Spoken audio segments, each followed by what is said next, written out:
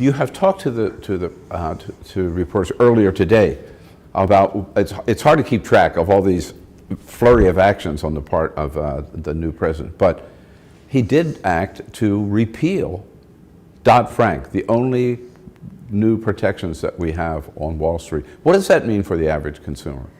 Well, the repeal of Wall Street reform, because most people don't know what Dodd Frank, the two wonderful members of Congress, the repeal of Wall Street reform strikes right to the heart of the financial stability of America's working families, and they have to know that.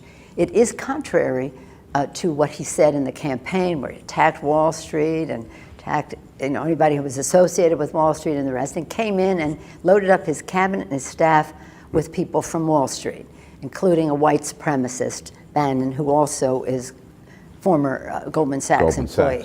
But the thing about it is that make sure we all understand this proliferation of ideas, this manic, there's just all different things being able to, is a technique so that nobody pays attention for a long enough period of time to any one of them. It's a diversionary tactic. He's an illusionist, some say a puppet, but nonetheless, whatever he is, it's dangerous to families and other living things, children in our country. So when he does these things relating to, say, transparency and openness, openness is a characteristic of a democracy, secrecy is a characteristic of a tyranny, and he's moving toward that, to shut down. So we don't just take each little thing, we can't put it under its frame. A lessening of democracy.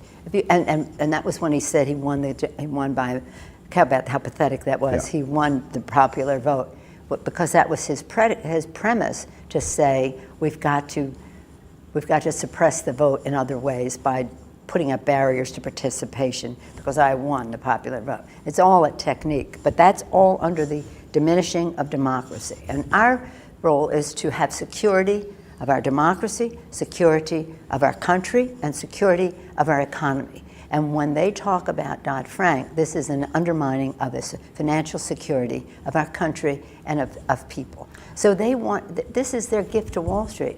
I mean, we just came through a sports weekend. Score one for Wall Street when he does the overturning of the Wall Street reform. Score one for Wall Street when he overturns the rule that protects investors with the fiduciary rule. Score one for Wall Street when he wants to overturn the Consumer Financial Protection Bureau. Score one for Wall Street every step of the way when he puts these people in power to do that. And they're having a giggle fit over it. Do you see these people on CNBC? They're having a giggle fit over it.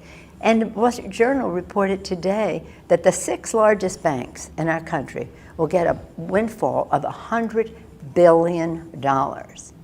We want to know what his business's windfalls get. Show us your tax returns. But this is dangerous because it's a systemic assault on financial security for families. It takes us right back to where we were in 2008, when the chairman of the Fed said, on a Thursday night, if we do not act immediately, we will not have an economy by Monday because of their actions that he wants to take us right back to. So this is a fight. This is a big fight. And we, again, public sentiment is everything. The people have to know. Some people have given him a pass because he appointed a justice that's going to protect, their ideological views on a woman's right to choose or gay marriage, marriage equality, whatever it is, whatever that category is. So they give them a pass to choose to ignore it because that's their top priority.